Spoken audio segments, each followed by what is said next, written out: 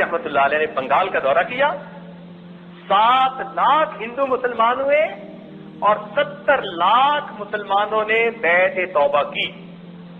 7 لاکھ ہندو مسلمان اور 70 لاکھ مسلمان مرید بنے، توبہ طائب ہوئے۔ جب گھر پہنچے تو بڑے خوش تھے۔ ماں نے پوچھا معین الدین بڑے خوش نظر آتے ہو۔ اماں مجھے اللہ نے یہ سعادت بخشی، اتنے لوگوں نے اسلام قبول کیا، مجھے ذریعہ کے طور پہ اللہ نے قبول کر لیا۔ ماں نے کہا بیٹا یہ تیرا کمال نہیں، یہ میرا کمال ہے۔ یہ تیرا کمال نہیں، یہ میرا کمال ہے۔ کہ اماں آپ کا کمال کیسے؟ لاڈ میں پوچھا آپ کا کمال کیسے؟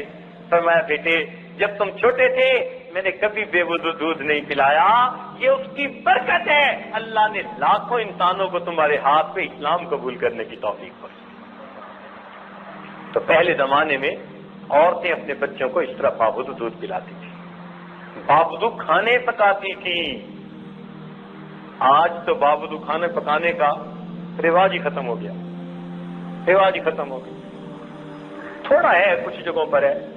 ابھی کراچی میں یہ عادت تھا، اپنے ہی تعلق والے کوئی دوست تھے، الحمدللہ کئی دنوں کے بعد انہوں نے کھانا سامنے رکھا تو کھانا رکھ کر کہا کہ حضرت آپ کا یہ کھانا پکاتے ہوئے میری اہلیہ نے 11 مرتبہ سورہ یاسین شریف مکمل کی۔ خوشی ہوئی الحمدللہ، ابھی کچھ لوگ باقی ہیں جہاں۔ آپ اب گھر کی عورتوں کو ذمہ داری لگا دیجیے کہ وہ ہمیشہ باوضو کھانا کھلائیں گھر کے مردوں کو، آپ کو اپنی اولاد سے شکوے ختم ہو جائیں گے۔ تجربہ کر کے دیکھ لیجیے، ہم نے اس کو آزمایا ہے۔ آپ جو کہتے ہیں یہ اولاد دین میں دلچسپی نہیں لیتی، پڑھتی نہیں، فرما بردار نہیں، کہنا نہیں مانتے، سب شکوے ختم ہو جائیں گے۔ کیوں؟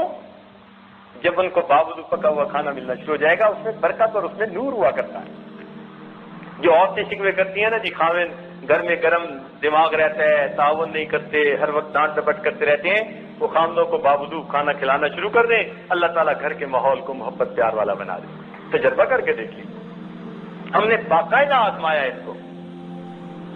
جس گھر میں پریشانی زیادہ ہے رزق کی یا صحت سے متعلقہ، اس گھر کے سارے لوگ باوضو رہنا شروع کر دیں، اللہ تعالیٰ ان کو پریشانی اور مصیبتوں سے آسانی کرنا۔ الوضو صلاح المؤمن، حدیث جو آئی ہے نا، تو یہ حدیث معمولی نہیں ہے کہ وضو مومن کا اسلحہ ہے۔ اسلحے سے انسان کی جیسے حفاظت ہوتی ہے، اسی طرح وضو سے انسان کی ہر پریشانی ہر مصیبت سے اللہ حفاظت فرما دیتے ہیں۔ تو اس لیے آج باوضو زندگی گزارنے کا اہتمام یہ بہت کم ہے۔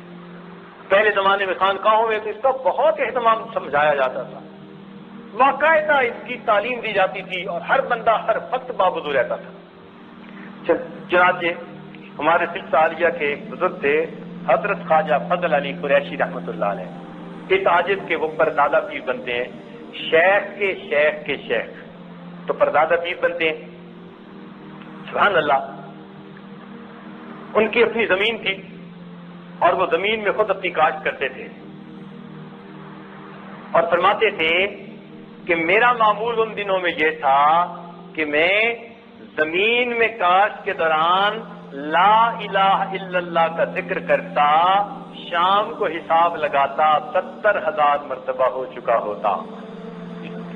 ایک دن میں 70,000 مرتبہ کلمے کا ذکر کرنا، سبحان اللہ۔ تب تو زندگیوں میں نور آتا تھا نا۔ تو ان کی عادت تھی، ان کی خانقاہ میں کئی مرتبہ بچھانے کے لیے دسترخوان بھی نہیں ہوتا تھا، قسم پرسی کا عالم تھا، استغنا ہوتا تھا، لوگوں کی طرف تو نظر ہی نہیں ہوتی تھی،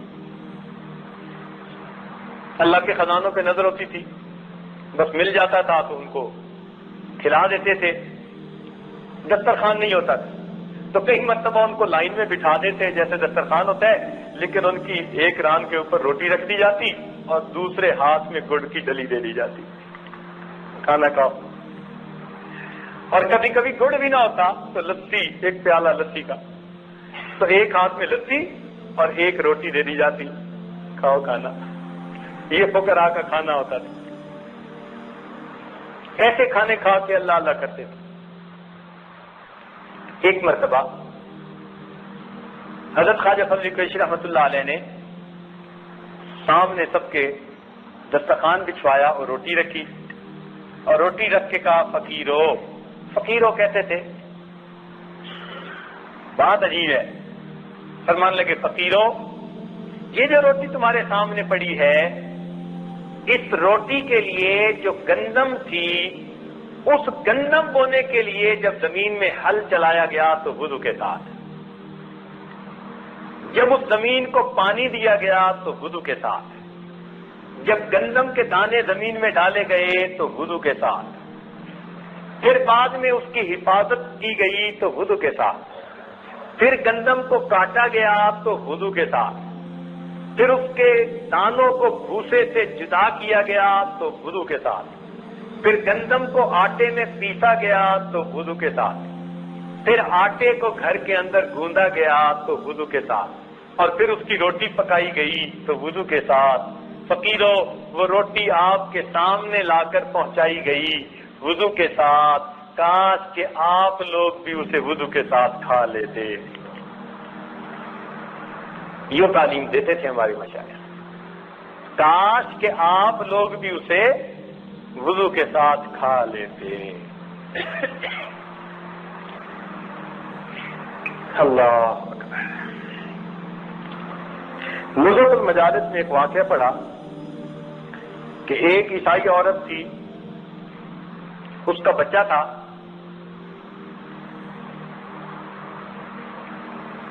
وہ نماز پڑھ رہی تھی اپنی اور یہ ساتھ کھیل رہا تھا۔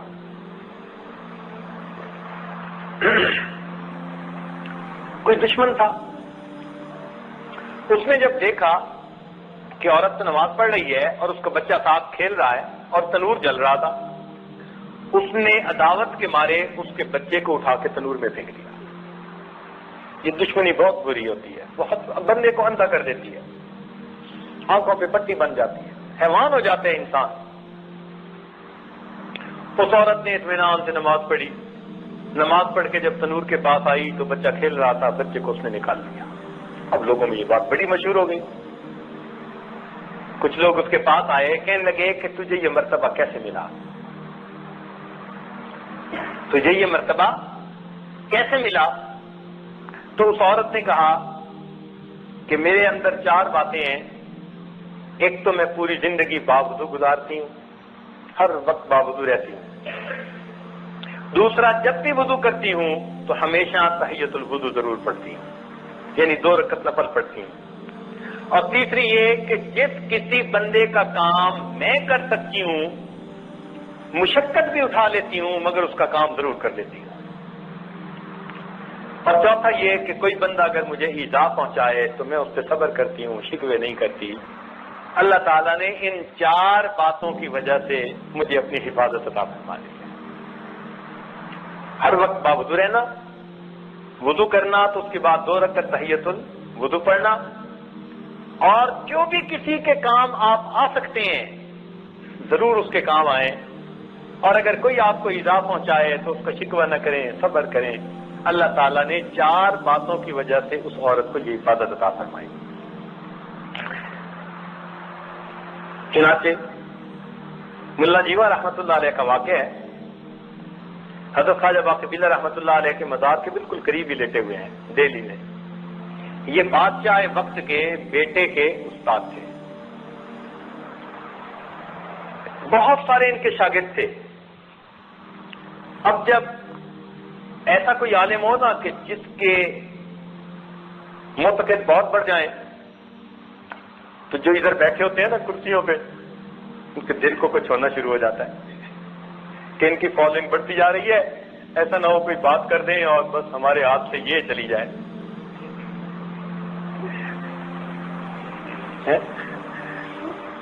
پہلے زمانے کے لوگ تو پھر بھی آیت الکرسی پڑھتے تھے، آج کے دور کے حکمران کرسی کرسی کرسی کرسی۔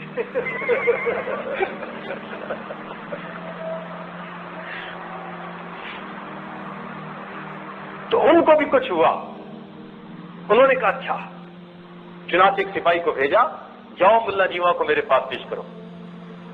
اب وہ سپاہی جب آیا تو اس نے کیا دیکھا کہ ملا جیوا رحمۃ اللہ حدیث کا درس دے رہے تھے، اور آداب حدیث میں سے یہ ہے کہ جب حدیث کا درس دے رہے ہوں تو جب تک آپ بات مکمل نہیں کر لیتے ادھر ادھر آپ متوجہ نہ ہو.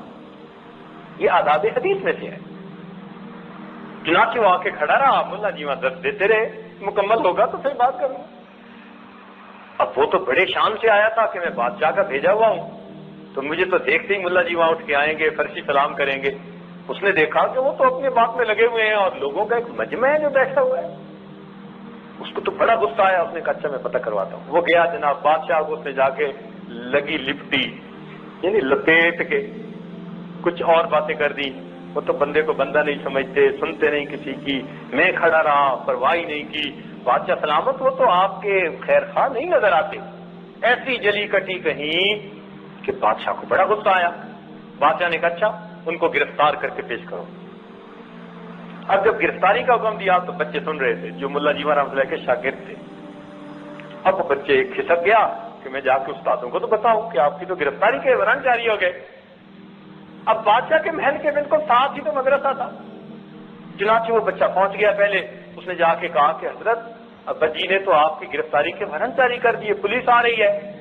ملا جیوا رحمۃ اللہ میں اچھا پھر لاؤ لوٹا, ہم بھی وضو کرتے ہیں. ملا جیوا رحمۃ اللہ نے وضو کیا اور وضو کر کے مصلی پہ بیٹھ گئے. اب جب مصلی پہ بیٹھ گئے, بچہ سمجھدار تھا, اب اس کو دوسری طرف کا خیال آیا کہ اگر ملا جیوا نے ہاتھ اٹھا دیے تو ادھر تو میرے ابو ہی ہے نا. اب وہ بھاگا اور جا کے اپنے ابو کو بتایا کہ ابو ملا جیوا نے وضو کر لیا, مصلی پہ بیٹھ چکے. کتابوں میں لکھا ہے کہ جب بادشاہ نے یہ سنا ملا جیوا رحمۃ اللہ علیہ وضو کر کے مصلی پہ بیٹھ چکے, پاؤں میں جوتا نہیں, سر پہ تاج نہیں, اسی حالت میں بھاگا ہوا آیا. ملا جی وہاں کے پاؤں پکڑے, حضرت ہاتھ نہ اٹھانا, میری آنے والی نسلیں تباہ ہو جائیں گی. تو جب وقت کے بادشاہوں کو یہ یقین تھا نا کہ ان بوریہ نشینوں کے ہاتھوں کے اٹھ جانے سے کچھ ہو جانا ہے, تو پاؤں پکڑتے تھے. اور آج ان کو پتا ہوتا ہے کہ ان کے آنے سے کچھ نہیں ہونا. اس لیے ہمارے ملکوں میں تحریکیں چلتی ہیں, پولیس والے ویگن کو کھڑا کرو, جتنے ہوتے ہیں داڑھی والے سب کو اتار لو, کچھ نہیں ہوتا. ہم نے اپنی قدر خود گوائی. اگر ہم نے اللہ سے وہ تعلق جوڑا ہوتا جو اللہ کے اولیاء کا ہے, ممکن نہیں تھی کہ کوئی آدمی کسی کو کم نظر سے دیکھ سکتا. اس لیے باوضو زندگی گزارنے سے اللہ رب العزت کی مدد ہوتی ہے. شیطان اور دشمنوں کے مقابلے میں اللہ تعالیٰ بندے کی پشت پناہی فرماتے ہیں. الوضو صلاح المؤمن. السلام علیکم. اگر اس ویڈیو سے آپ کے ایمان کو تازگی ملی ہو تو لائک اور شیئر ضرور کریں اپنے ساتھیوں اور دوستوں کے ساتھ, اور ہاں YouTube چینل کو سبسکرائب کریں اور بیل آئیکن کو دبانا نہ بھولیں.